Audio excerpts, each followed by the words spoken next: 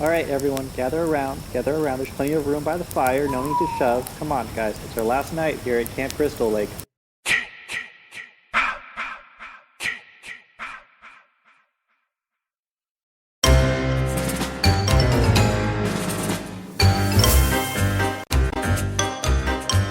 All right, I hope you all have your s'mores and you have your hot chocolate. I know it's the end of summer. It's getting a little cool. We thought it'd be a nice treat here at our last day, well, our last night at Camp Crystal Lake. In the morning, everyone's going home. Everyone, are you excited to go back? I know I'll be sad to see all of you go, but I hope you have treasured memories from this time here. I mean, this is a time that you're going to always think back to as, the best summer of your short, young lives. So I know, we had a lot of attrition. I think we had when I could have sworn there were 11 campers when we walked over, but I guess one of us wandered off. And I know you guys like to go home early again. We really appreciate it if you let us know that you're leaving. And also, whoever keeps, dripping the cherry syrup all over camp, I mean, it's not funny.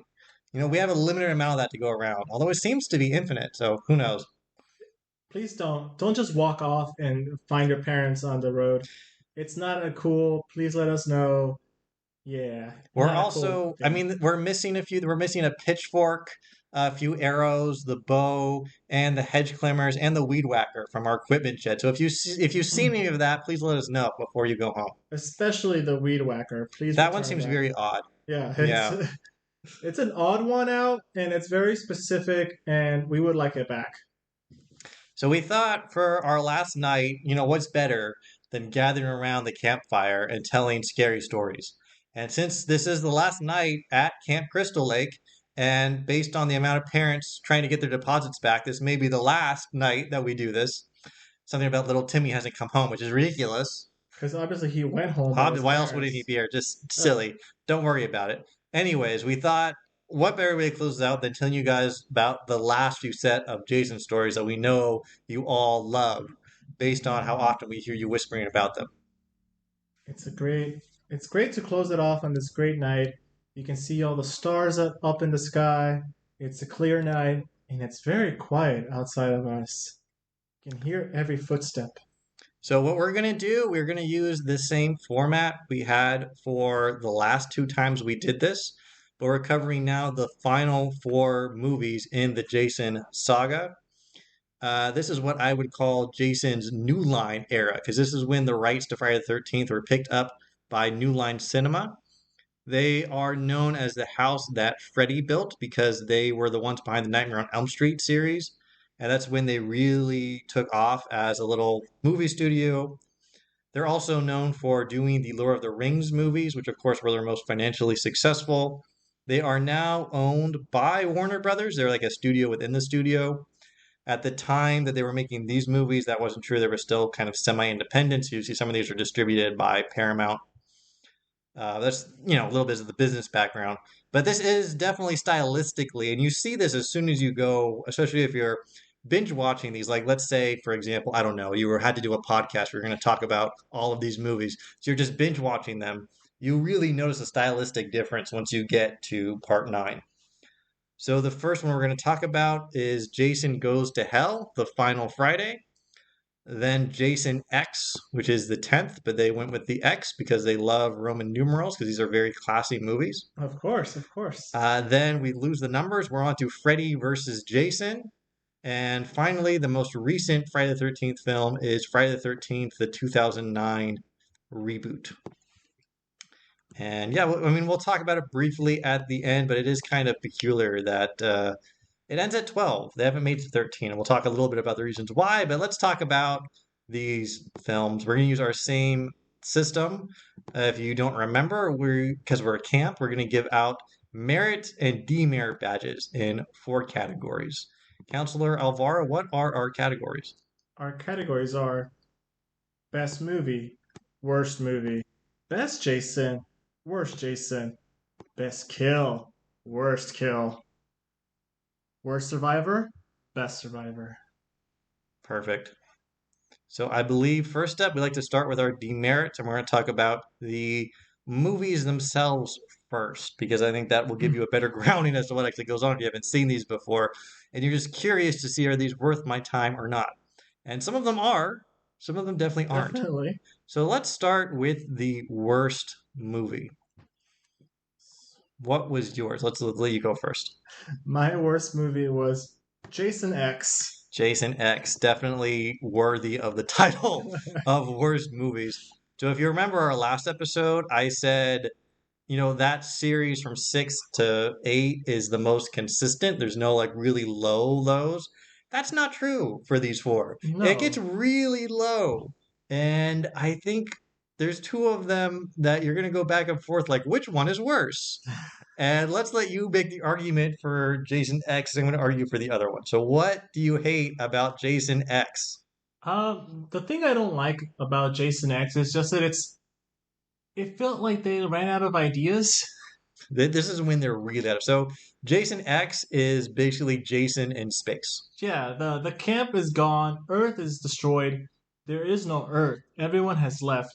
But They're trying to go to Earth 2. before this, Jason has been sealed in cryogenically frozen because the government has realized that they can't kill him. So the best way is containment.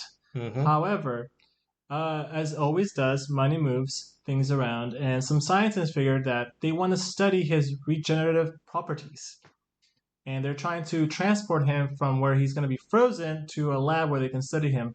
Along the way, shenanigans happens, and he is loose. But he ends up getting frozen. He ends up getting frozen. And the scientist also gets frozen with him, and they wake up 400 years in the future. And essentially, the whole plot of the movie takes place on A spaceship the that Grendel. It's a spaceship. Because they're trying to like sell Jason because no, he's they're famous. trying to sell anything and anyone from Earth 1 that's able to make them money. And one of the things that they do is they bring people back to life who have been frozen. The main person for this, I believe her name is Adrian, and she's the scientist. Rowan. No, Rowan. Rowan. Rowan. She is the scientist that was frozen with Jason. Yeah. So we don't need to tell them everything that happens because it's not good. No. It's bad. But yeah, there's a lot of shenanigans on board the ship. Jason wakes up and he rampages on the ship. And this one is definitely this one is tough. This one's tough to watch all the way through. Yeah. What are your low, like, why, if you had to put into words, why is it so bad?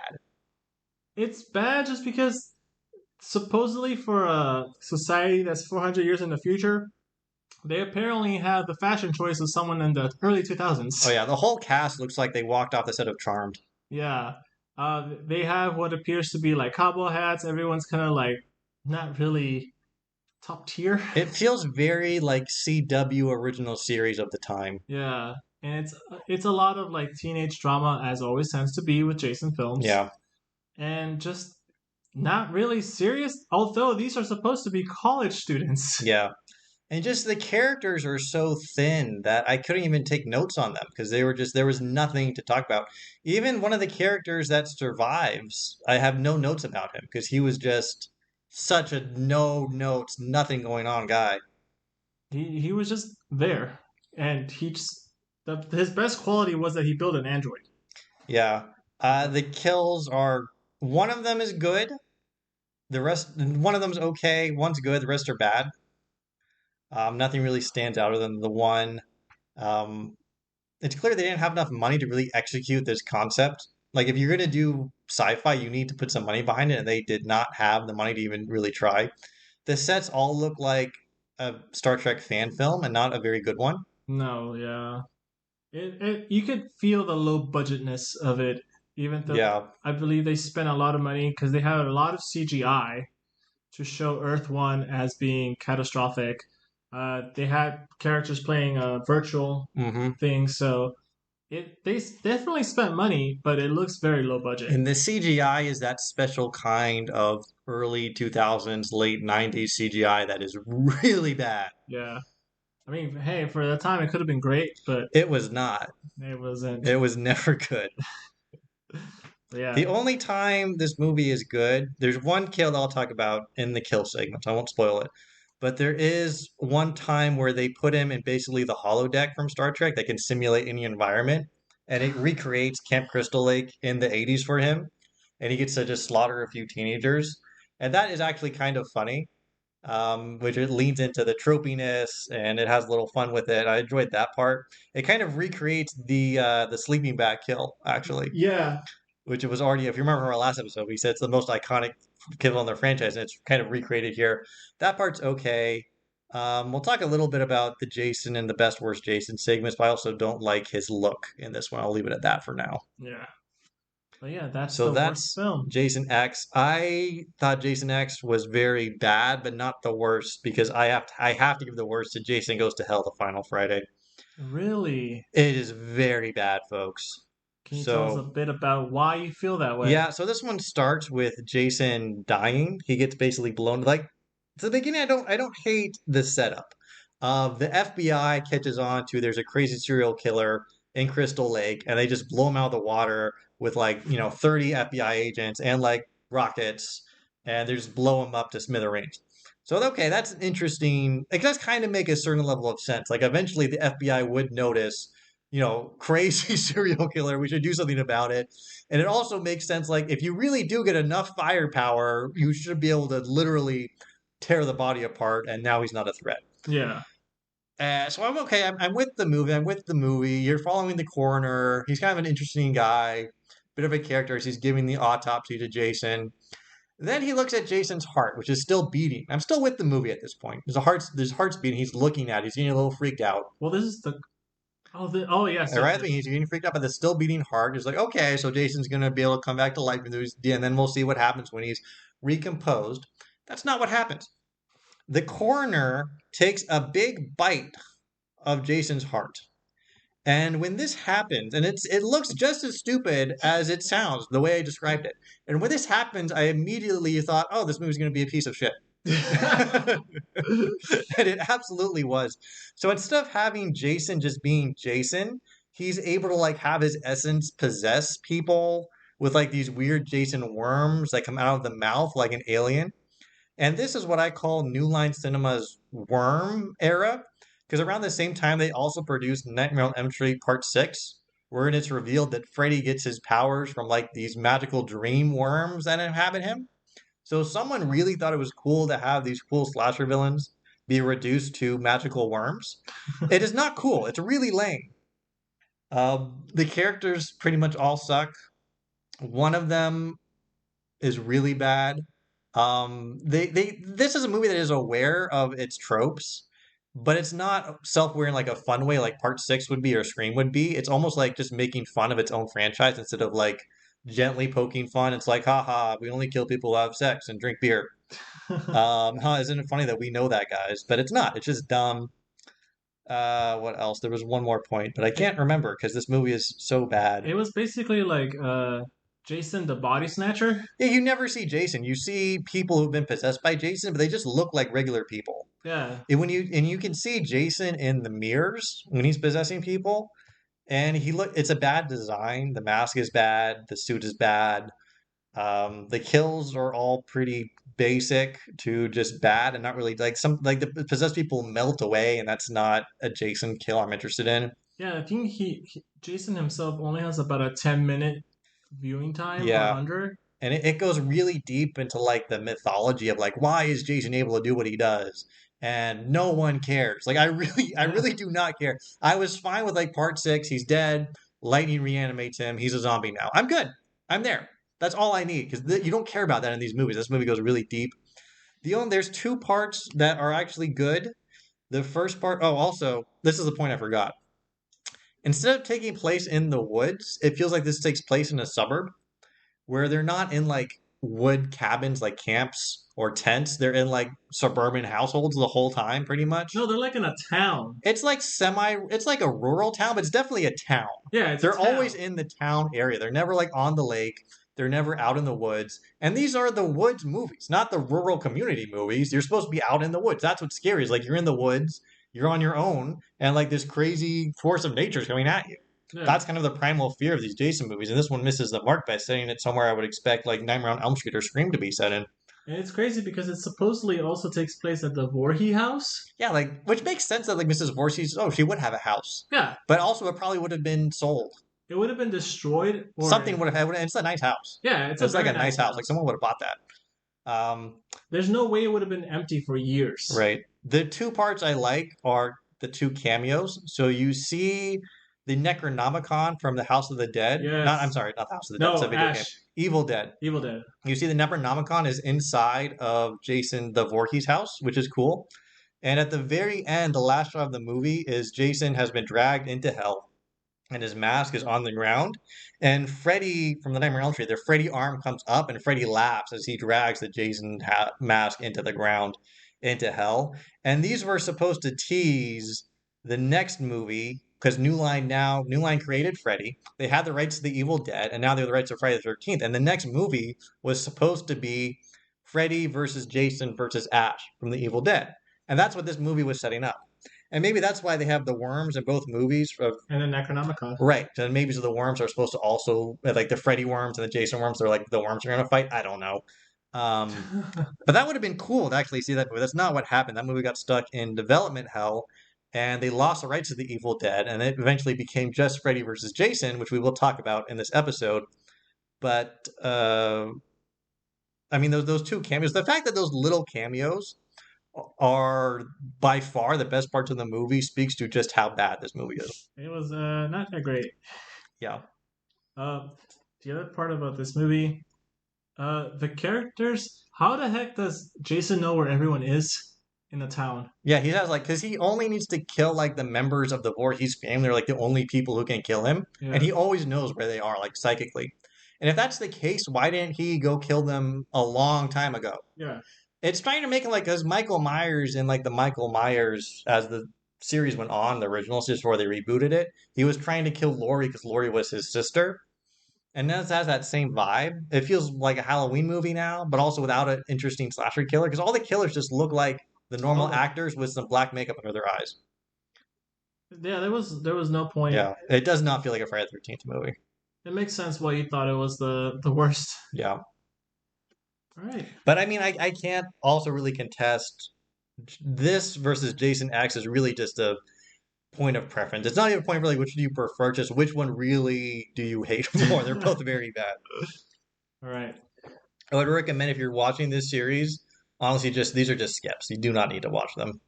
All right. So now we've hated enough. This is the worst movie, so now let's go to the best movie. I think we will agree on this one. The best movie of this set is Freddy vs. Jason. Yes.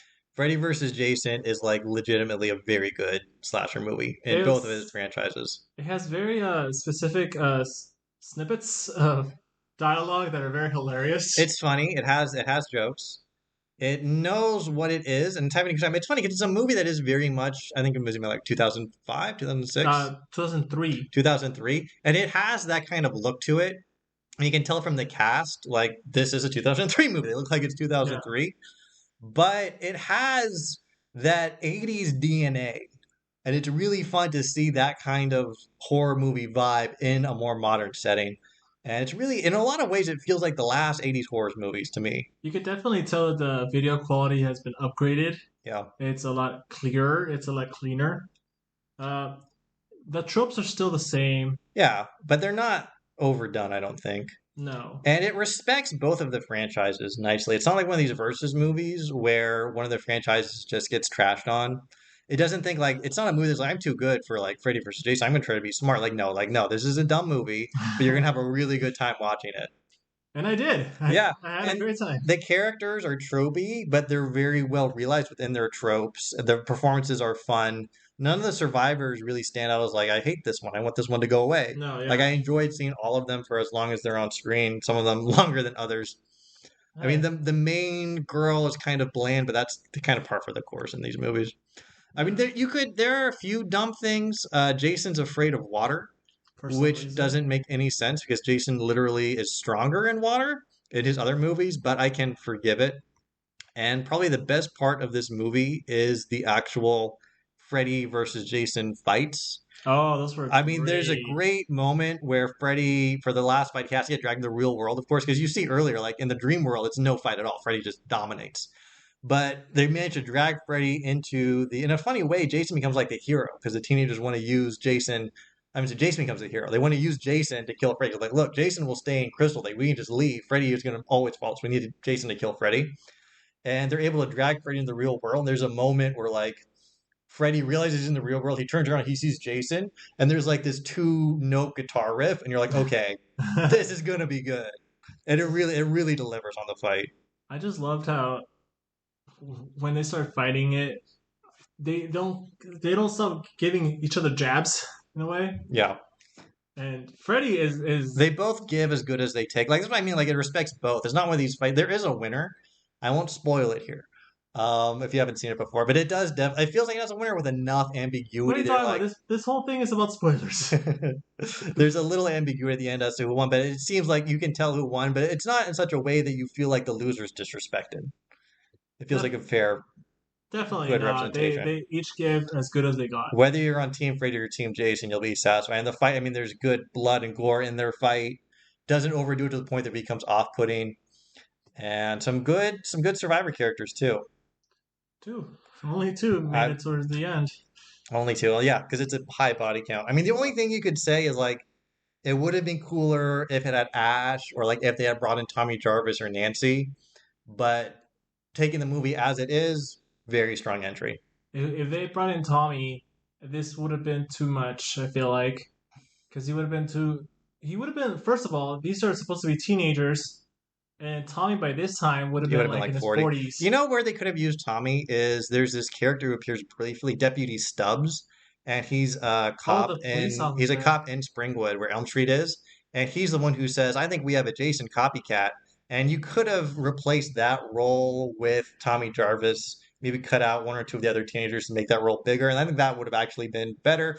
But at the same time, I can understand like, look, this is a we want to have our own characters. Let's keep the focus on Freddy and Jason and not on the humans so much. That's true. That makes sense. Yeah. So you can poke holes that it could have been better if they did this or this, but if you just watch this movie in the right mindset, you're gonna have a good time. Yeah.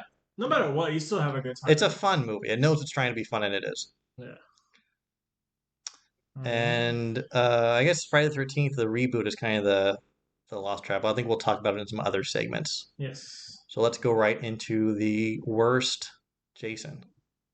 All right. Worst Jason. All right. So this is a tie for me. It's a tie between Jason Goes to Hell and Uber Jason in Jason Yeah. X. I mean, I put Jason Goes to Hell just because it's like not really Jason. It's worm possessing Jason. Yeah.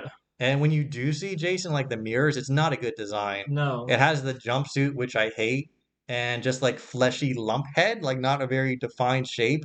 And the mask is metal and feels like it's digging into his skin too much. Doesn't like It's like Elephant Man kind of. yeah, the idea of the Jason mask is that he just finds hockey masks and he Yeah. puts them on. Not like he has some custom made thing. So just because it's like such a non-Jason, I picked that one as the worst Jason. But I do really think Uber Jason also looks stupid. Uber Jason looks so dumb.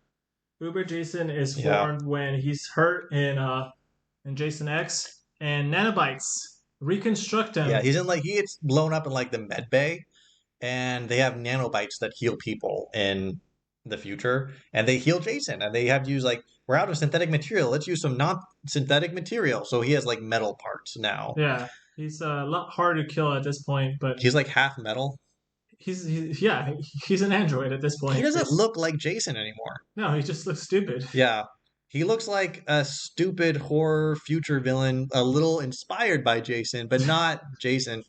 Also, the reason I couldn't put this as the worst is because he spends most of the movie not as Uber Jason, and his pre-Uber Jason design, I think, is fine. It's not like the best, it's not the worst, it's pretty middle of the road. All right. But I agree, Uber Jason looks dumb. What about what's yours then? What's your worst Jason? Jason Goes to Hell. Jason Goes to Hell. The non-Jason, Jason. All right. So for best Jason, in my personal opinion, 2009's reboot of Jason. Agreed. Of this set, I won't say it's dumb. Like Freddy versus Jason. Jason is a good Jason. I like that design. I like how his skin is kind of this decayed gray color. It just kind of adds to the fear factor. But I mean, that would have been my number one. But then I saw the reboot, which I hadn't seen before. And this is a very different take on Jason. Yeah, he's very much of a countryman who wants to be left alone. He feels more human. And it's funny because this is a whole new timeline. It's tied to the other movies in terms of like it's still Friday the 13th, but like the continuity is broken. So it's a whole new guy. And it's crazy. You see him, the first shot of him is running. He's running. Yeah. And that was like, oh shit, he runs now. It scared me because I don't think in any other movie you never see him actually No. like sprint. No, every other movie, you turn around, left, right. Oh, he's in front of me now. Right. But you can only if you see him moving, he's walking like a steady pace. This one like will be sprinting after you. Yeah. And he's huge. He's such a unit. Yeah. And he's absolutely brutal. Like some of these kills in this one, there's no kill in this one that's a bad kill. They're all brutal kills. And they're all like use some part of like cabin activities at a camp. Yeah, he does. There's one point where one of the characters is driving a speedboat at speed, and Jason nails him with a headshot with a bow and arrow from short. Mind you, he's far away. Yeah, it's like that's like, damn, Jason, you have some skills. He also has this whole tunnel network he's built under Camp Crystal Lake that allows him to get around with like little bell traps. So if you running around Camp Crystal Lake and you trip one of his wires, it rings a bell in his tunnel system, so he knows where you are. Yeah. So he really feels like this is not only a Jason who can outfight you, he outthinks you. This is a very like the Hills Have Eyes kind of Right. Jason. And I don't know if I prefer this interpretation to classic Jason, but like I said, if you're binge watching 11 of these movies and it's very much the same, watching this one at the end is like taking a nice breath mint after a long meal, Yeah. where it's No. like, no, this is different. This is refreshing. This was definitely different. Jason, the way he tracks you, the way he It's moves, scary. it's not supernatural, which is the scarier part. He feels more human. This Yeah. feels like a Jason, like if you had a gun and you shot him, he would actually die. Yeah. But somehow that adds to the fear for me. I don't know why, but it did. It felt like gritty. This was like the Casino Royale or the Dark Knight of Friday the 13th. Because it was kind of that era when those films were being made. And it has that same kind of, not realistic, but more realistic than the 80s version. I think the fact that it felt more human makes it scarier just because the fact that with a supernatural Jason, I can just be like, well, it's very fake. You're right. But with a more humanistic Jason, It you're like, feels a oh, little more visceral. yeah, it feels more real. Yeah. The only things I didn't like was at the very end, when they think they've killed Jason, they dump him in the lake and he does his lake jump scare. That was, I mean, I get it. That's like the jump scare, but even though it's a reboot, at this point they've done that so many times in these movies. Enough with the lake jump scare. It's funny because when they dump him in the lake, they separate him from his mask, but when he jumps out, he's already found He's the got the mask. mask again, yeah. I appreciate that they didn't do you can see him without his mask for like maybe a second or two while he's sinking into the lake. So they're not like running away from that, but they didn't make a big deal of maskless Jason. I also like that in the beginning of this movie, he's Sackhead Jason. He has the Sackhead. Yes. I like that. I like that callback.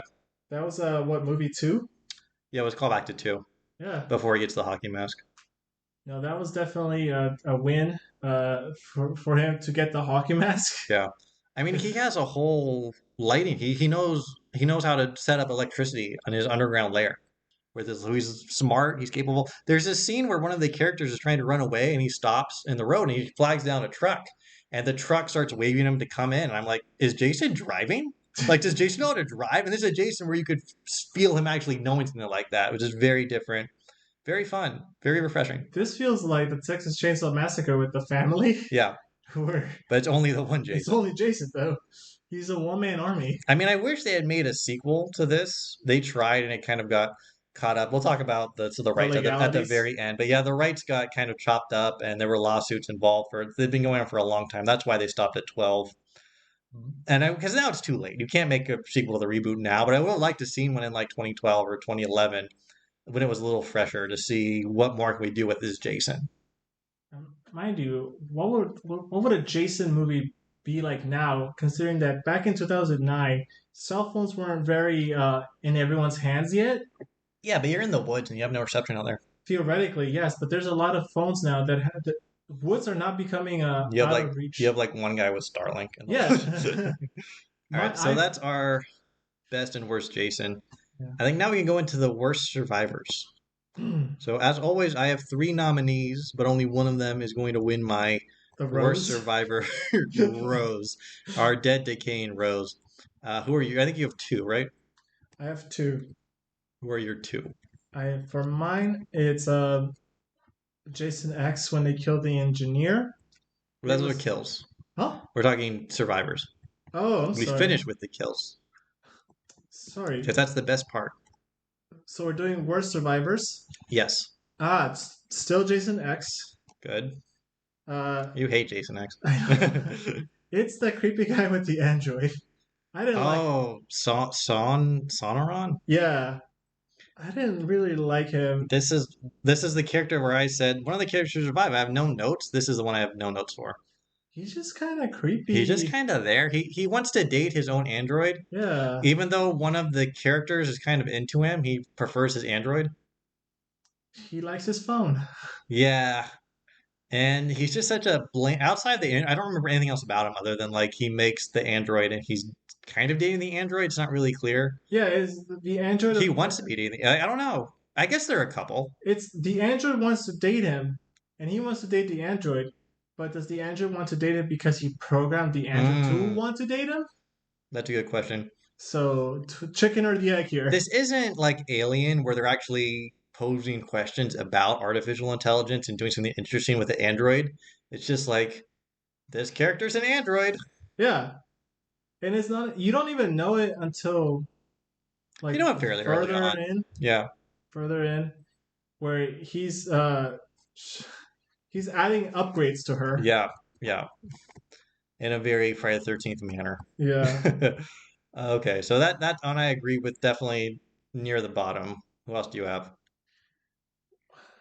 So for worst survivor, actually no, I made a mistake. That's my only That's pick. your only one? All Yes, right, well, I have a few. So also from Jason X, I nominated the professor character. but he doesn't survive. No, it doesn't. You don't have to survive to be on the worst survivor list. Ah, You just have to be a character who's not Jason. That's our only criteria for these. okay. Um, yeah, he just is. He sucks. He does. He's having this weird affair with one of his students, and he's only really interested in selling reanimated people for money. Is his whole thing. And he gets a lot of people killed, and he's not fun in I love to hate him way, like the professor in part 8. I just hate him. His performance, like the actor, I'm sorry if you're listening to this, it's not your best performance. I hope not, because it's not good. And then when he's faced with a Jason, he just kind of like cowers and tries to bargain with him, which isn't fun to watch. Just like No, Jason, let's just get to it. And he's not even killed on screen. He's he's killed killed off off screen. screen. It's an off screen kill. So it's not even satisfying like that. We only hear him screaming. Right. That notifies the rest of the students that he's gone. Yeah. So Professor definitely he was my worst character in Jason X. In the reboot, Trent was super obnoxious. So Trent is the one he in the reboot there's a bunch of instead of going to camp, they're all going to like Trent's parents' cabin in the woods. And Trent invites them all up for the botched weekend of booze and sex and drugs. Debauchery. Then he gets really mad anytime someone's drinking. And they're like, "Oh, Trent, you lost the drinking game. You have to drink." He's like, "I'm not going to drink that." And it's like, "Trent, oh, I'm smoking." He's like, "No, put it out. You can't get ashes at my parents' house. You knocked over my dad's chair. How could you?" He just spends the whole time like being Complain. Yeah. just like, yeah, just messing with people or just trying to have fun. Like you invited them Yeah. to like debauchery weekend. You need to deal with it, dude. And he really doesn't seem to care that his girlfriend wanders off with Clay, who's like the main character for most of the movie. He's also very eager to cheat on his girlfriend, and his girlfriend's also very eager to cheat on him. And I don't know why they're even a couple at all. They're a couple of cheaters. You're right. So I guess they're made for each other in that way. Yeah. But yeah, Trent is another character that's just obnoxious in a just kind of obnoxious way, not in a fun way. Feels like they were trying to go for a love to hate for Trent, but it became just enough of Trent. I like how in a lot of these iterations of Friday the 13th, it alternates between being a camp, and then like someone's house. This one made more sense, I thought, because it's like a nice house, but it's a nice house in the woods. It Yeah. very much felt like this is my vacation home, and Trent's from a rich family. They actually play a little with that. Some of the other characters, how Trent's like super rich. Yeah. It's the Melissa of Yeah. this. Yeah, this he's a time. little like Melissa, yeah. Yeah. No, he's definitely But like Melissa I liked, and she was hot, and Trent I do not like, and he is not. hot for you. No. Trent doesn't do it for me. It's the complaining, isn't it? Mm. Yeah, it's all the nagging. So, but my number one most hated survivor is Creighton Duke from Jason Goes to Hell, the final Friday. Ooh. So Creighton is like this bounty hunter who somehow he knows all the lore of Jason in terms of like the lore this movie made up. Like you need to use the dagger of Voorhees, and only a Voorhees can do it, and he's psychically possessing people. Not explained how he knows all this. He just does. And it feels like they're trying really hard to make you like him. He's so cool. He wears a cowboy hat and a duster, and he's so mysterious. And he's gonna break this guy's fingers More in exchange for information. information. And it's not cool. It's just stupid. And there's this scene at the very end where he's talking to Jason. He's like, I'm not gonna let you do this again to me. It's like, does he have a backstory with it, Jason? Right? That might be nice to actually tell us about movie, but the movie doesn't tell us. It's just out there to wonder. And he's never brought up again. Right. So Creighton Duke really like in a bad movie, he is one of the worst parts. So yeah, he's my worst survivor. Or not survivor. He doesn't belong in a Friday the 13th movie. Like the Jason Hunters in the past were Rob, who also sucked. Yeah. Rob sucks for different reasons. Rob sucks because he's such a failure. I mean, Creighton Duke does. He hunts Jason successfully. But it feels like the way he's written is really overwritten. He does kidnapping of a child. Yeah. And Tommy's the only Jason Hunter that I actually liked because you see his whole progression into that mode. His beginning, middle, and end. So that is the worst. What do we have for the best? And they could be victims. This is just non-Jason. So for the first one, Jason. How many Jason do Goes to you Hell. have? Just two. Okay. No, sorry, three. Three. For best survivor is Jessica from Jason Goes to Hell. She really Jessica. put up a fight to protect her child from being the reason why Jason comes back. I didn't like Jessica either. You didn't like Jessica? I didn't like anyone. I didn't like Jessica. I didn't like Steven. Jessica's taste in men is awful. I mean, yes, but she also fought for her child. She fought to keep him alive, her child alive. So it's the mother instinct. Okay, you just like that she's a mother. I mean, it's a different dynamic. really didn't like the whole there's a baby in danger. It felt like this is too far. Don't put babies in danger in movies. I don't like it. All right. And then for the next And one, also, I thought it was weird. Jessica shows up at like the 45-minute mark. Like she's only in the second. Like it feels like it's supposed to be the main character, but shows up so late. I guess Steven's supposed to be the main character, but he sucks. That could be it. For the next one, I have Rowan from Jason X. For your best. She actually does a lot. She's more active. She knows that Jason's alive. She knows that people are BSing her when he said that he's contained. He's very much dead. Yeah. She's like, I'm not falling for this. I've heard this before. She also comes up with solutions that it's like she's from the past, so she's not so stuck in how space works, so she can have ideas about spaceships. Like, what if we just remove the part of the spaceship that was going to explode and kill us all? They're like, oh, that would actually work. Yeah, she's an action person. She makes it work. She makes it get done. Yeah, without Rowan, I mean, I'm sorry, I didn't like anyone in Jason X, and that includes Rowan. But I don't know. She was the most useful of them. She was. Yeah. She was. For the last one, you probably didn't like her either. And Freddy v. Jason, it's the Lori character because so she is very much sheltered in the beginning. She is the quiet and nerdy girl, and her friends are trying to persuade her to do things. She really grows into the character towards the end. She doesn't take anything that anyone gives. She's very action oriented. She gets Freddy and she helps get Freddy and Jason wet with gasoline, and then I like her run where she has both of the sticks on fire. Yeah. To light them. That scene was a great scene. She looks like the Urukai in the Battle of Helm's Deep going to light the mine under the wall. Yeah. And she's also the one who volunteers to go into Dream World to get Freddy out. Yeah, I did like Lori. She didn't make my best list, but she was fine. I think she's a little bland as far as Final Girl goes, but she does her job well. She's definitely more of an anti-Freddy girl than an anti-Jason girl because she has that history with Freddy. Because she's from Elm Street. Right, Freddy killed her mother, and that's her trauma. But yeah, she's very active. I like that in these characters where she's involved in the fights and stuff. And she's cute, so that helps. Not like Trent. yeah, no, Trent was ugh. Trent gives me the ick. Okay, so what about about Lori is that her name I feel is definitely a Halloween reference. Ah, yes. Almost certainly, I'm almost certain of that. They're like, we're doing Freddy versus Jason. We can't get the rights to Laurie Strode, but there's no law against having a blonde girl called Laurie in our movie. That is true. All right, so I take the best survivors in a different way than you. I just take the ones that I enjoy watching the most. So in the reboot, this is my third place. I liked Chewie.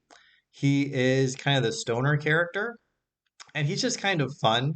He likes to give Trent a lot of crap, which I like because I hated Trent. So Chewie, and he has like he's trying to get some self confidence to hook up with Bree. I like that. He's buddies with Lawrence. Lawrence is a weird guy, but it's fun that he has the buddy. He's goofy. His jokes are funny. There's a whole sequence where he goes to the tool shed because he breaks one of Trent's chairs, and Trent like freaks out. He's like, "I'll fix your chair." It's somewhere the tool shed is. And he goes to the tool shed. He's like, "Wow, normal people would call this a house because it's Yeah. so big." And he has like the 100-year-old Scotch whiskey in their whiskey cabinet that he's drinking. I just like how he's giving it to Trent, and his death is okay. Nice. I mean, and these deaths in this one are brutal and the reboot, and it has that brutal vibe, but it doesn't really stand out. I also like how when they go to the gas station, he's scooping up like 30 bags of snacks for the trip. That is what you do, don't you do Yeah, that? like he understands how to road trip. So I liked Chewie. He was my favorite character in the reboot. The next one I have is also from Freddy versus Jason. She doesn't survive, but I liked Kia. So Kia is Lori's friend who's trying to push her out of her comfort zone. And I liked her because she is like really sassy. And she starts out kind of super abrasive and she's very protective of Lori and she's shit talking everyone who tries to get close to Lori. There's this kid Linderman who's kind of a crush on Lori that Kia shit talking, but then Linderman gives it right back to Kia. And Kia's like, oh. And she has this funny thing, like she's obsessed with getting a nose job, and Freddie has some fun with that in her dreams. And she has some real cool moments. There's a moment where they're trying to drive Jason back to Crystal Lake because they want to have him have home field advantage when he fights Freddy. Yeah. But in his dream, Freddy is drowning Jason. So like we need to give Jason mouth to mouth. And Kia is about to give Jason his first kiss, which would make her an absolute legend. Unfortunately, I feel like they should have done that, but they cut away right before. No, they don't cut away. Jason wakes up like right before. And then she also has a moment when Freddy is going after Lori and Will, or the remaining survivors, where she starts smack talking Freddy. And she's Yes. making fun of the hat and the knife fingers and the sweater. And this is a moment that could have been like disrespectful to the character, but they really do a good job of like it's respectful to this character they've created, but still respectful to Freddy. Where Freddy's only letting her shit talk him because he can see Jason coming up behind her, Yeah. and that's when, fortunately, when she punches her ticket. I like it when he motions for her to turn Yeah, he's around. like, behind you. And Yeah. Jason just like slams her and she goes flying. And that's the end of Kia. But she also has a nice moment where she kind of reconciles with Linderman. You can tell if they had survived, Linderman and Kia would have become a couple, which is nice that she has that character growth. But I liked her. She became a character that was like fun to hate to like, actually, I kind of like her. That was a fun progression. So I enjoyed that character. I thought she elevated the movie. And my final best survivor slash victim, and you might all think this is a cheat, but the criteria was any character that isn't Jason. So the best has to go to Freddy Krueger You swear. because I mean, Freddy versus Jason is as much a Jason movie as a Freddy movie. It's also a really good Freddy movie. He gets some really fun moments. I love this sequence where the stoner is falling to sleep and you see like this Freddy caterpillar like Alice in Wonderland come into the Yeah, room. that's That's exactly the super vibe I fun. got. He kills a whole character in his dream while other characters are watching. It's such an iconic Freddy thing where you see him getting slashed up and words are getting burned into the guy's back so that he can communicate with the people who are awake. It's really his scheme that sets it all into motion. And like I said, the fight they have at the end is so cool, where like Freddy has to be smart and nimble, but Jason's just a tank and he take everything Freddy's throwing at him. So I had to do it. I had to give it to Freddy. Freddy's my boy. All right, so now we're going Now we to get to the fun part. the worst The kills. best and the worst kills. And I am not including Freddy's kills in this lineup. I limited myself to only Jason kills. That makes sense. Makes sense. Okay.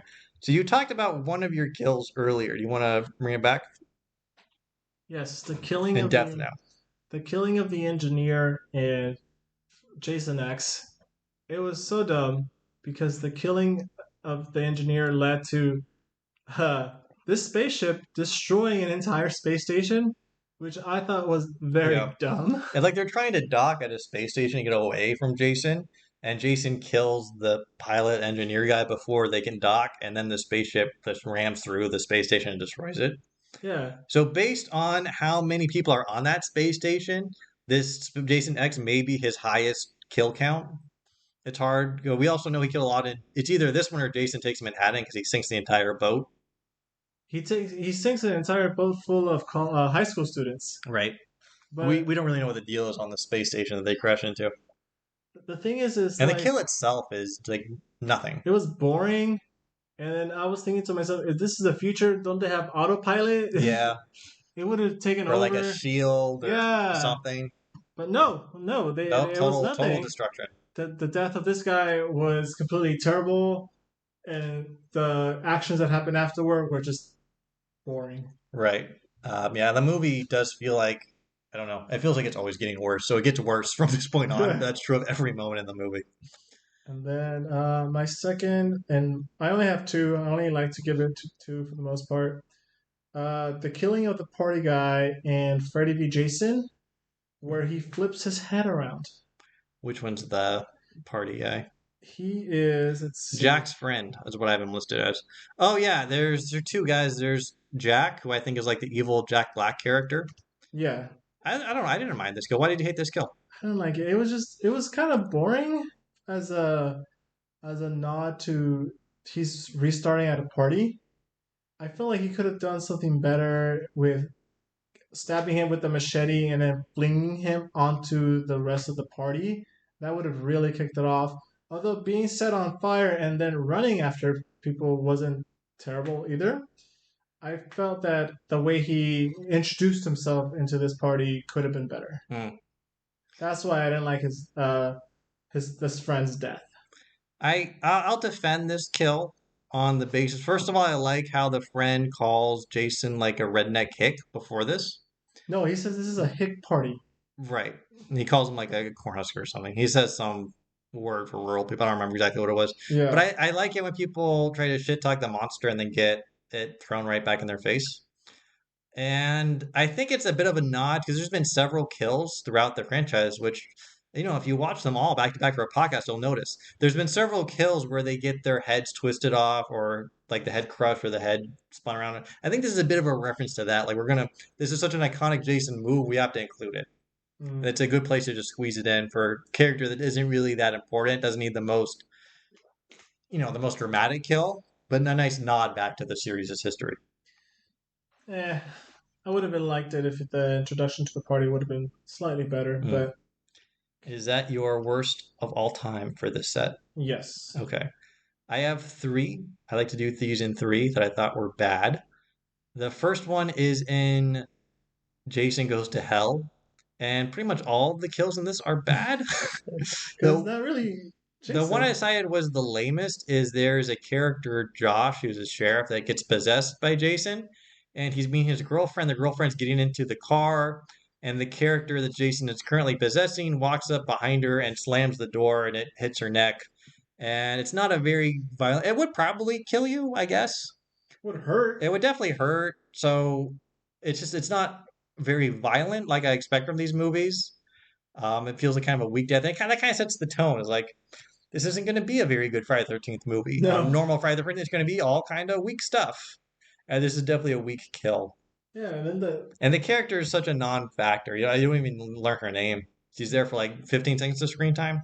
the possession that takes place afterwards is really Oh, I'll get to that. weird. I'll get to the possession parts. My next one is from Jason X, which is Kinsa. And this isn't really a direct kill from Jason. This is when they're trying to launch the escape shuttle, and Jason kills the guy on the bridge who had to do something. And Kinsa is the girlfriend of Stony, who gets killed earlier, and she gets like major PTSD. And she's the first one in the shuttle, and she just locks the door behind her and freaks out and tries to launch the shuttle, which launches the shuttle right into its own ship, which kills her because she heard someone screaming because Jason was getting someone over the radio. Yeah, this is basically she's in the escape pod. Yeah, it's just I get like you're traumatized. This was too stupid for me to accept. Especially if you don't know how to drive a space pod. Why would you keep the people out who know how to Yeah, drive why it? doesn't she open the door? She knows Jason is on the bridge. She can hear that Jason is on the bridge very far away. I don't know. It was just a little, and the character is not a good character. It was just dumb. It's such a plot device. But the worst of them all is every person possessed by Jason in part 9. Because when they die, they do this weird melty thing. It feels a little bit like Hellraiser, but in reverse. Where in Hellraiser, the body's being reconstituted, and in this one, the bodies are melting like they're the Wicked Witch of the West, but bloodier. And the gore effects are okay. They're not like Hellraiser level, but they're not awful. I just thought this is such not a Friday the 13th kill. This is so supernatural and weird and just not what I want. It's not really fun to watch. And it just adds to the whole weirdness of this movie. All right. People melting because of magic is just it's not the right movie for it. Well, Jason is magical. He's supernatural. I feel like there's a difference between like supernatural zombie Jason and like magic powers Jason. When you start having magic powers, it loses me. All right. So now we're going. That's the end of your worst kills? Though that was my worst kill. There's like 3 people who melt, and I grouped them all together because it's the same kill. All right, this is for my best kills. This is our final category for all of Jason Fest. Now for best kills, starting off with Deputy Josh melting after Jason leaves. You like this kill. I like this. You got it your best. I like this kill because it was so weird. It was so. So you like it for the exact reasons I don't like it. Yeah. That's interesting. I like because his was the only one you actually see him melt. No, you see him like it takes its time melting. Yeah. It's not a bad effect. No, it's not. They put some money behind it. Yeah. They really spent money on this scene, and I really enjoyed it. It was very funky. I mean, it's the goriest different. scene in the movie by far. Yeah, I'm surprised the rating team let it fly through. Yeah, probably because it's so supernatural. They were like, it's fine because you can't melt someone like that in real life. No, you cannot. He's not like getting melted in acid. He just is standing there, and then he starts to melt. Yeah, and that's it. And it's like Jason stole his essence. And yeah, once the Jason worm leaves you, your body melts. Yeah, you don't go back to being normal. Yeah. Okay, interesting. Interesting. You went the other way. For my next best kill is Adrian and Jason X. Cool. This is my number 1. This is when she gets her. This is the female scientist that gets her face frozen in liquid nitrogen and then smashed on the counter. This is fun. This is the only good part of Jason X. Yes. When he wakes up and he's in like the morgue, and they think he's dead. They don't think he's coming back because they don't know about Jason yet. And she's examining him, and they're touched. He sends the other 2 students out of the room because they're busy making out. And it's funny. He wakes up like right as someone is starting to have premarital sex. He can feel it. He's like it pisses him off. He's like, I need to put a stop to these shenanigans. Yeah. And he immediately like wakes up, grabs her, dips her face in the liquid nitrogen, and so her face freezes, and he picks up and smashes it on the counter. So it's like this bloody ice goes everywhere. It is actually a pretty good kill. It is iconic. It was weird how they were defrosting Jason. Yeah. By having him on a fire table, and then just gunks of him are just falling on the floor. Feels like you would have kept him frozen. Yeah. But whatever. It makes for a good kill. Yeah. It gives you hope that maybe this movie will be okay. Like they'll do fun future kills. And it's like the only futuristic kill in the whole movie Yeah. is the cryophage. For my next kill, it is back to Freddy v. Jason, and it's one of the first kills, Trey, when he stabbed with a machete and then folded in half in the Oh, the bed. mattress fold. Yes, This is also iconic. he Trey was not a great boyfriend. Yep. He's He, the first actual kill. 'Cause you see Jason kill someone in a dream, but Trey's the first actual person that dies in this movie. It's a yeah. good way to start. And then his girlfriend finds him, and everyone in the house immediately runs out. There's no questions asked. There's no like, oh my god, someone in here. Like, no, we're leaving. And it leads to my most favorite, most iconic scene, which is when everyone's running out. They see the police officer outside, and he rolls his window down and goes, "Do you kids need help?" And the character's girlfriend goes, "What the f do you think of?" It's pretty funny. She's a good actress, Kim. Yeah, This is a funny kill because you also selected for one of your best kills on Jason Fest Part 2 was also someone getting folded up like a pretzel. it was. So you like that kill. You like that effect. Yeah, It, this one's funny because the guy's already dead, right? He stabbed him a bunch with the machete, but then just to really go full Jason, because the guy's on like the fold up mattress, he folds the mattress, the bed shut. The guy's still on it, just gets contorted in half, yeah, basically.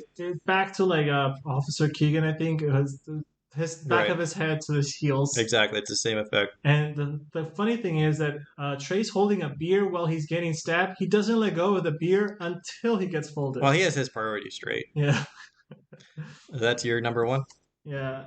That is a fair number one. Although I disagree with your number three, but I'll let you have it. No, wait, no. You have more? I have one more. Oh, you have a lot. You like these kills. I have last one. This is my number one best kill. Okay. Friday the 13th reboot. Amanda, when she's burned with an The inside her sleeping bag barbecue. Yes. This is also on my list.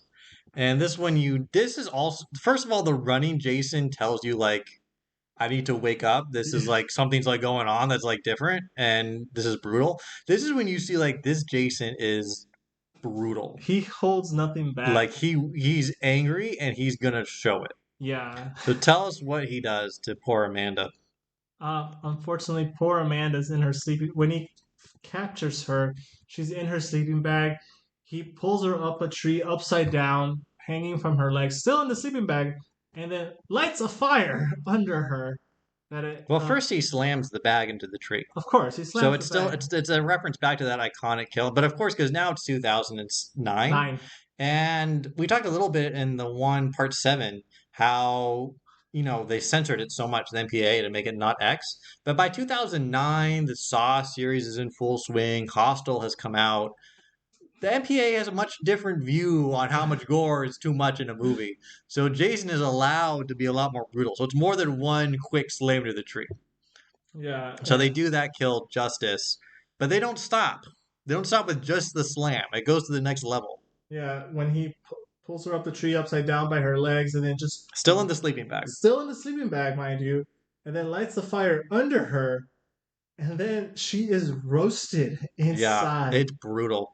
And her boyfriend runs to try to find her. He gets caught in a bear trap. His foot is just snapped into this bear trap, and he's just watching his girlfriend being burned. I mean, it's very fake because that's how it's just. First of all, like, this is a smart Jason who can like set traps and like create this crazy barbecue sleeping bag scenario. Yeah. So it tells you right away you're dealing with a different kind of Jason in this movie, and it just puts you on notice. And it is on its own like, wow, like that's brutal. Yeah. Yeah, I would say in terms of sheer brutality, that's number one. And that's why it's my number one kill. So you covered 2 of my 3. I put the sleeping bag was my number 2, and the cryo face slam was my number 1. All right. But my number 3 is interesting. So my number 3 is Gib in Freddy vs. Jason, and she is the girl that Alvaro was referencing when who's the guy gets slammed in half. Trey gets slammed in half. She's his girlfriend, and she's the one who's like, "What the f do you think?" When that's if they need help. Yeah. So I call this the 3-way. No. So this really encapsulates what Freddy Jason is about. It also kind of sets the whole conflict in motion of why Freddy and Jason are fighting. So Freddy has basically brought Jason, he's gone into Jason's dream and have him go to Springwood because the people there have defeated Freddy. That's his hometown. They defeated him by making sure everyone forgets about him. So none of the kids know about Freddy. So they're not afraid of him. So they don't dream about him. And if they don't dream about him, then he has no power over them. Is the concept? It's a similar concept they used in Freddy, in Freddy Part 6, where they've all forgotten about him and there's no children left. But that one sucked, and it's done much better here. But anyways, he needs Jason to do some crazy murder, so people start talking about Freddy again. But now that Jason's done that by this point, and people now remember Freddy, Freddy is now strong enough he can start killing the teenagers. He doesn't want Jason around anymore. He wants all of the teenagers to himself. And Gib is at this crazy rave they're throwing in a cornfield, and she falls asleep. And of course, Freddy goes after her in her dream, and she's in the iconic boiler room, and she's trying to run and hide, but he always knows where he is. He's really taking his time. This is like his first kill in 30 years, so he's really taking his time. While that's going on, one of the party goers comes across her in the field, and he starts trying to assault her. He's getting ready. Yeah. So even though she's in her dream, so she's helpless. Yeah. So that's the second way that she's in trouble. And then right before Freddy's about to kill her, he has like the knives ready to go, and suddenly blood sprays onto Freddy's face. He's like, "What? What happened?"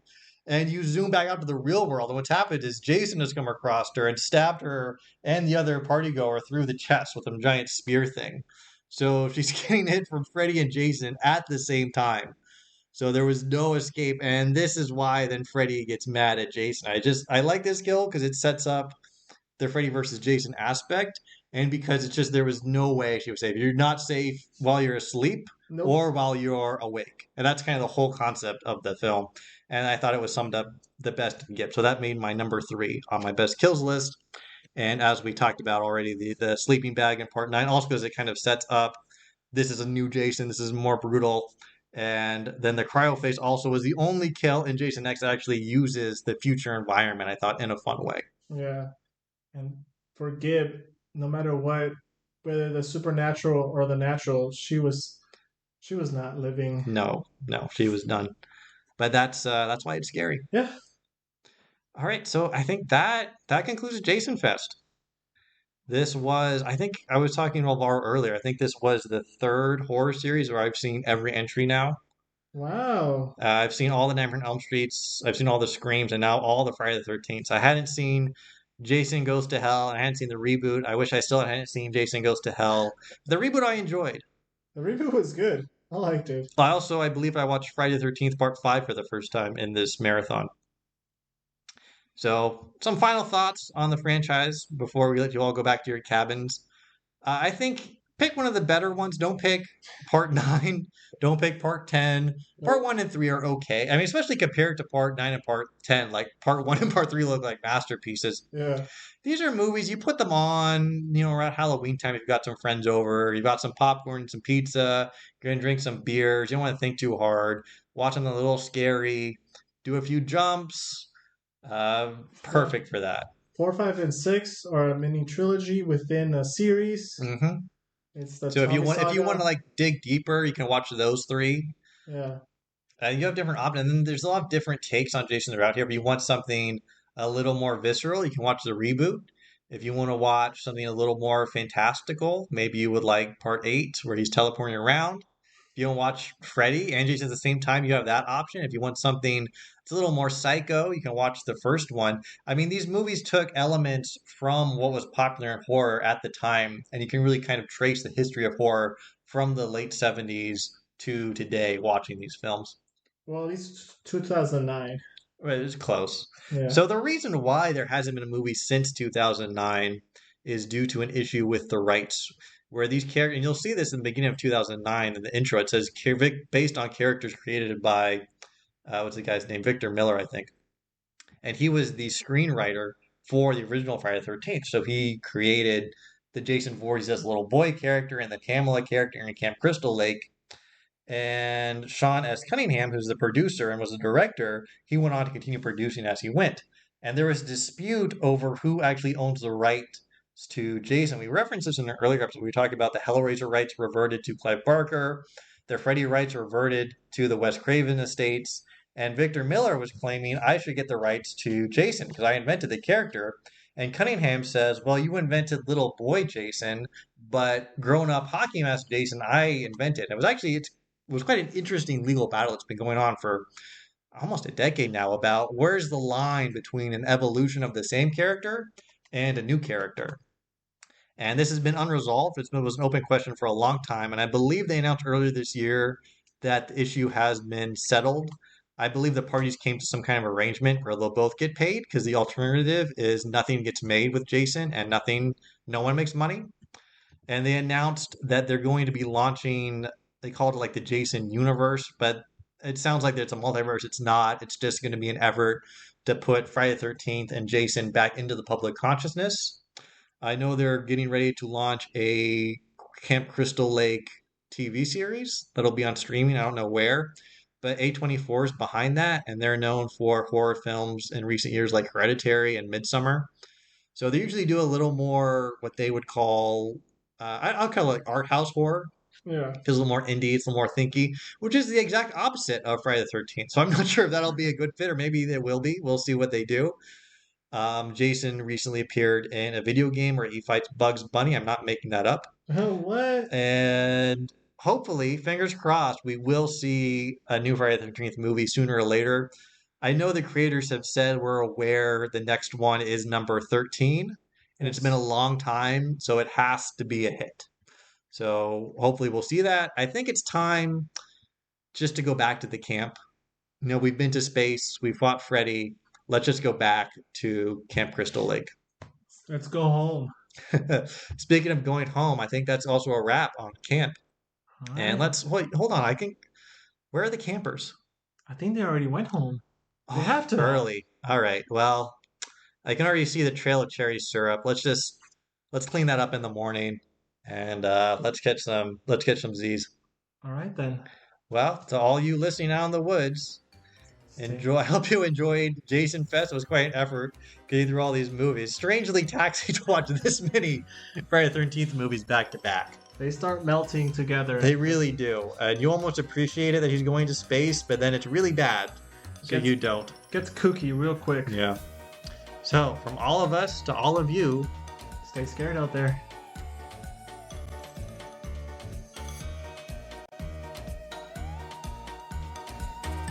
thank you for listening to this production of the Hollywood Horror Nerds. We know you have many options for your listening entertainment, and we're glad you chose us.